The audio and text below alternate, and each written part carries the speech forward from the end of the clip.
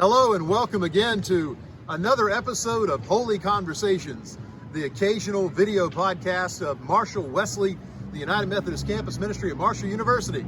I'm your host, Reverend Benjamin Wells, campus minister here at Marshall, and I'm thrilled today to have our special guest, Mr. Jacob Thomas.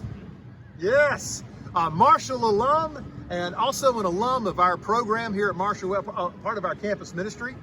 Jacob was here at Marshall for 6.5 years, earned a bachelor's degree in history and political science, and a master's degree in history in the class of 2019. But more importantly than that, Jacob was a 6.5-year member of our campus ministry here at Marshall. He was one of our most dedicated members and a leader in our group, and even for a period of time was our graduate intern. Good times. Yeah, good times. He could tell you a lot of stories. And so Jacob, welcome again to Holy Conversation. Yeah, absolutely. Thanks for having me. I'm really excited to get to talk with you a little bit today. And as you can hear, we're recording on campus. So That's right. There may be a little bit of bells chiming here. There certainly may be. And anytime you're on campus, let's let the bells ring. Yeah. All right. The joys of live recording outside. Jacob, tell us what you've been up to since we saw you last. Yeah, so since you saw me last, I've moved home to Ohio for a while, and I've started something really cool. My own history book podcast. It's called The History Book. Product placement. And it covers everything from the good, the bad, and the indifferent in American history, and really just tells about our stories and what got us to where we're at. It's definitely worth a listen. So check that out, the History Book podcast. Speaking of history, we're here today to talk a little bit about one of the most significant events in the history of Marshall University. Yeah, we're going to talk a little bit about the 1970 Marshall football team plane crash that took the lives of 75 members of the team, and as well as significant members of the community, as well as coaches and boosters. Indeed. So to really start about that, on November 14th, 1970, the Marshall University football team is at an away game at East Carolina University, down in our home state of North Carolina. You know, I used to live down there. Oh yeah, I forgot about that. Yeah. And at that game, they were defeated by the East Carolina Pirates, 17-14, in a very close game. Marshall's team that year was a up-and-coming team. They were looking like they could become something here soon. And at that time in Marshall's history, the team rarely would take plane traveling. A lot of theirs was buses. But since it was such a far distance from East Carolina to back here to Huntington, they decided the best idea would be to charter a plane at pretty much the last minute. So 75 players, coaches, boosters, and crew members board the plane.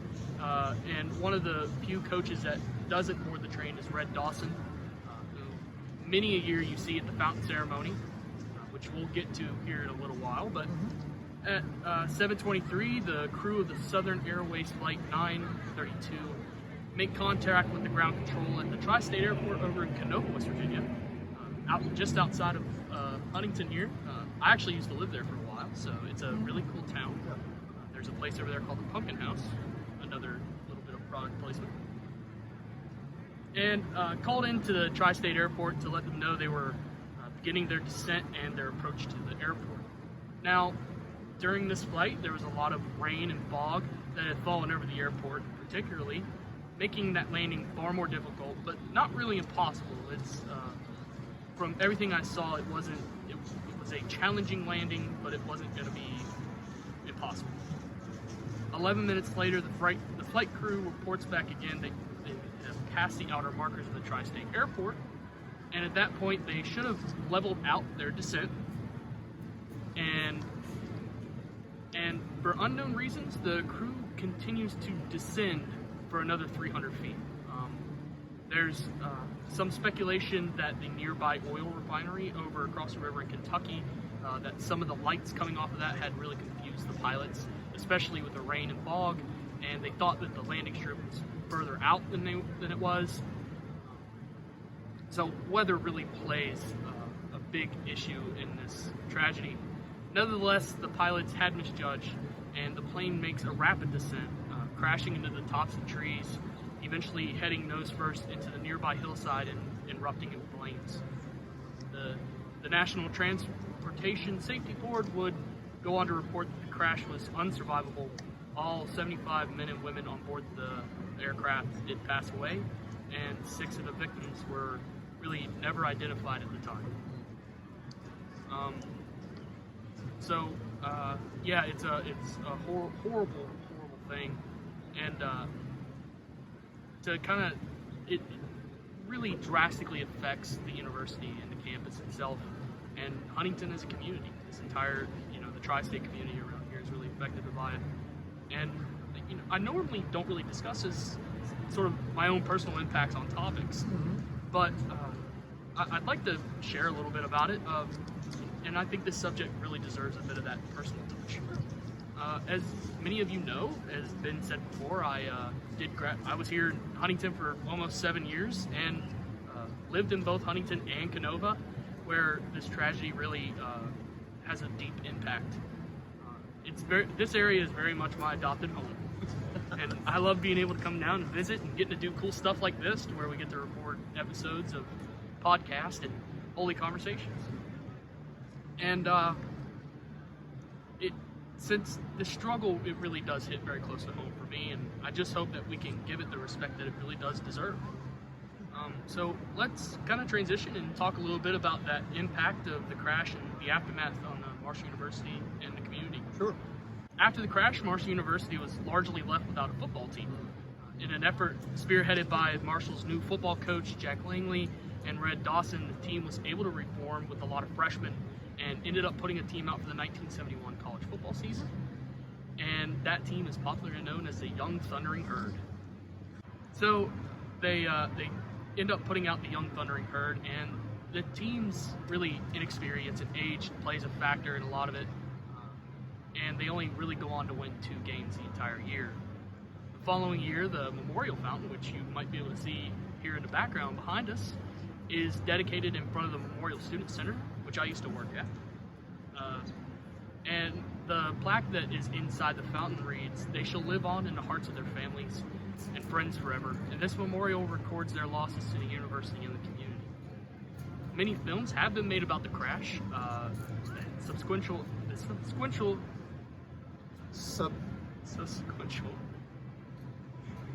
Let me see that word. The impact on the university. Point it out. This one, I can't say it. Subsequently. I didn't really know. Master's degree, folks. Hey, it's a liberal arts degree, so English was never my strong suit. Many films have been made about the crash. Subsequently. Yeah. The impact on the university and the community, most famously being We Are Marshall. There's also one by ESPN called From the Ashes We Rise, which I think it's really good. It talks more about the actual team.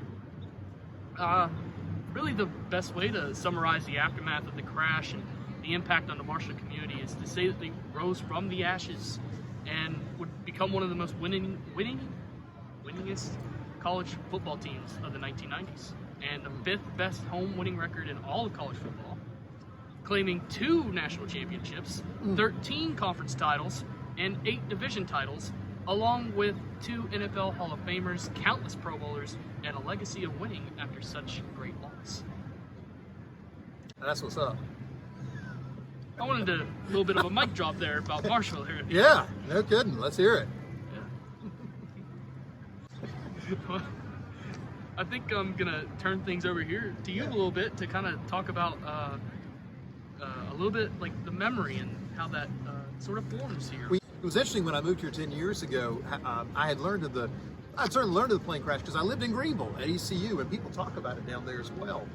But I found it remarkable when we moved here to see how much that plane crash and the memory of it continues to play a formative role in this community. Absolutely. It continues to be one of the formative events of not only Marshall University, but of the Huntington community as well. I've met many families around Huntington that have stories to tell about how it impacted them personally or how it impacted their community. If I can share Please jump in. Yeah, I have a little story I can tell actually. Something I didn't think of until you kind of told yours.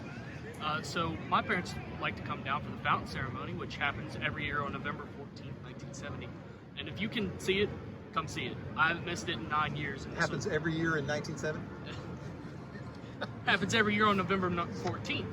Yeah.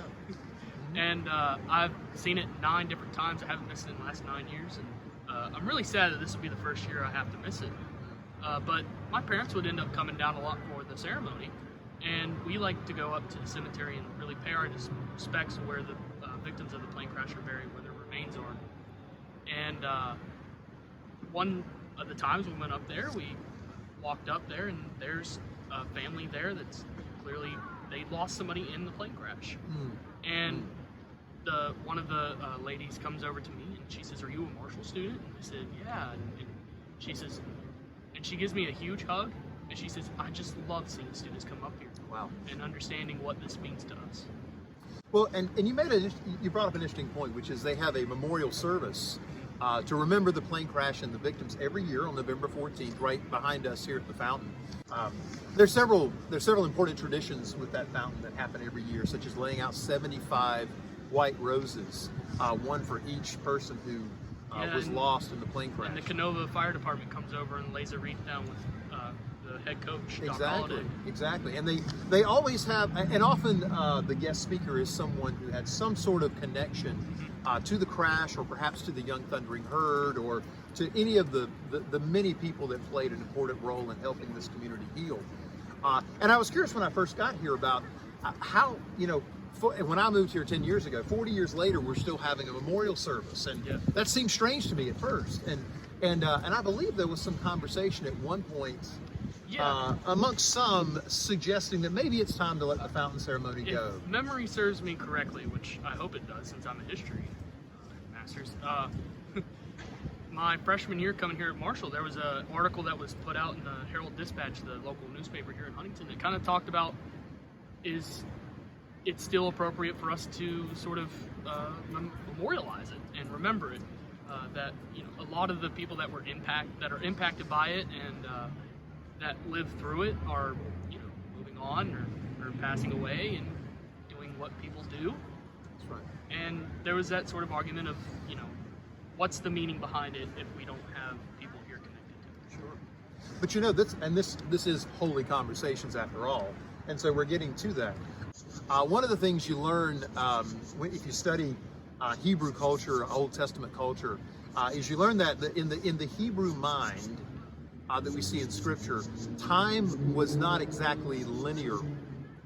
They thought of time, to put it the way Leonard Sweet put it in his podcast recently called Napkin Scribbles, if you want to look that up. He talked about how they see time as being not only cyclic, but almost spiraled. And he went on to explain that when we remember, we experience it again. We enter as it happened one way, but we leave it changed. So when we go back year after year and we reenact or we remember or we have a memorial type of service like this, it empowers us again. It changes us. It makes us fresh and new again. It's not so much a rehashing or a re-mourning of what took place, but it's a remembering of all that happened, of all that we went through and how it changed us, how it transformed this community. And so it's a renewing, it's a revivifying, it's a reinvigorating. It's sort of the idea of, in that moment, a lesson is taught, a lesson should be learned. And it's that idea of, if you refocus on what that lesson was, what happened, you can learn from what happened. What you see in Scripture, the Jewish festivals, especially the 3 major festivals like Passover and Sukkot, that's what they were intended to do. They were a remembering, but in the enacting of that remembering, they were recentering themselves. Well, it actually kind of brings a story to my mind out of the Old Testament Scripture. When Joshua and the Israelites are crossing the Jordan. And once they cross, they're told, take rocks and put it in the middle of the Jordans. Yes. Ironically, we have a fountain that's in the middle of water. That's right.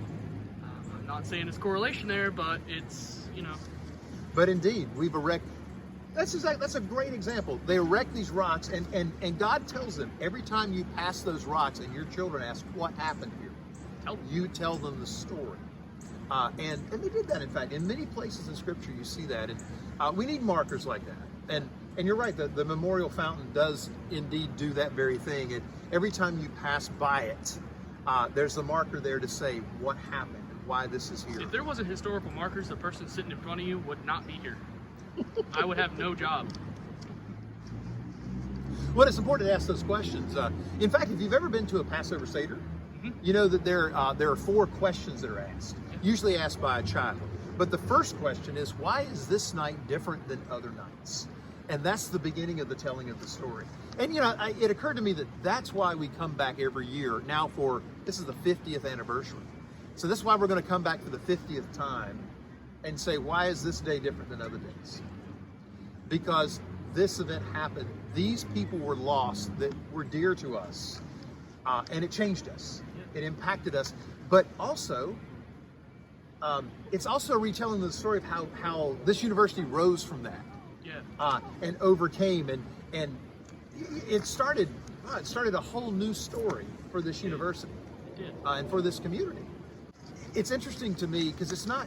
I think the fountain ceremony illustrates how the spiritual power of memory and of remembering. It's not just isolated to the religious community. I mean, it's clear even here, and this is a community event. There's certainly some religious aspects to it, but it's not an exclusively Christian or religious event. It's a community event, but it speaks to the fact that it really is. It's family. It is family. Like the story I told earlier about the woman up at the cemetery. That's the one thing she told me. She said we're a family. It's not so much a city to campus relationship. It's a family relationship. It's we care about each other. I'm fascinated by how, like in the Passover celebration, you also see this in some of the Hebrew scriptures. When there's the retelling of the Passover story, it's not told as many, many years ago, our ancestors were enslaved and God delivered them. But it's told as we were slaves in Egypt and God delivered us. And I noticed that attending these fountain ceremonies, it has a similar air to that. It's not just 50 years ago, 75 members of our community were in a plane crash, but it was our team, our coaches, our neighbors. It's not we were Marshall, it's we are Marshall. We are Marshall. You're absolutely right. And you attend that fountain ceremony, and even a guy like me who grew up in Eastern North Carolina and has only lived in this community 10 years, I feel like it's part of my story. Absolutely. I feel like this is part of my family now. This story, now 50 years old, still has the power to inspire us here, to enliven us, to renew us, to re-excite us about what has taken place in this community, how we overcame great loss, how the incredible healing and transformation that took place, but also it's that physical activity that connects what we're doing now to what happened then. Absolutely. That's a great point, Jacob. It's not just a remembering, but it's a reconnecting, and it's connecting all of us together. And just like, and so it connects someone who came in as a college freshman 7 years ago, or a North Carolina boy who rolled up in here 10 years ago, and suddenly this story, 50 years old, becomes our story, and we become a part of it. In the same way, when Jewish families sit down to celebrate the Passover, the story of the ancestors, the story of Moses and the Israelites is not their ancestor story, it's their story. When we celebrate Holy Communion, it becomes our story. There's a power in memory and in retelling and remembering. As the light is fading on us, it's time to wrap this up. But before we do, hopefully you're viewing this on the morning of November 14th. Today is in fact the 50th anniversary, and there will be a fountain ceremony today. If you can't attend in person, it's going to be broadcast live. You can catch that on the internet. We'll leave a link here below where you can. And be sure to root on the Herd later that day as they take the field to take on who, Jacob? The Eastern Carolina Pirates. I can't think of a more appropriate opponent for our 50th anniversary. Perfect. Thank you for joining us today, friends. The Lord be with you wherever you are, and go Herd.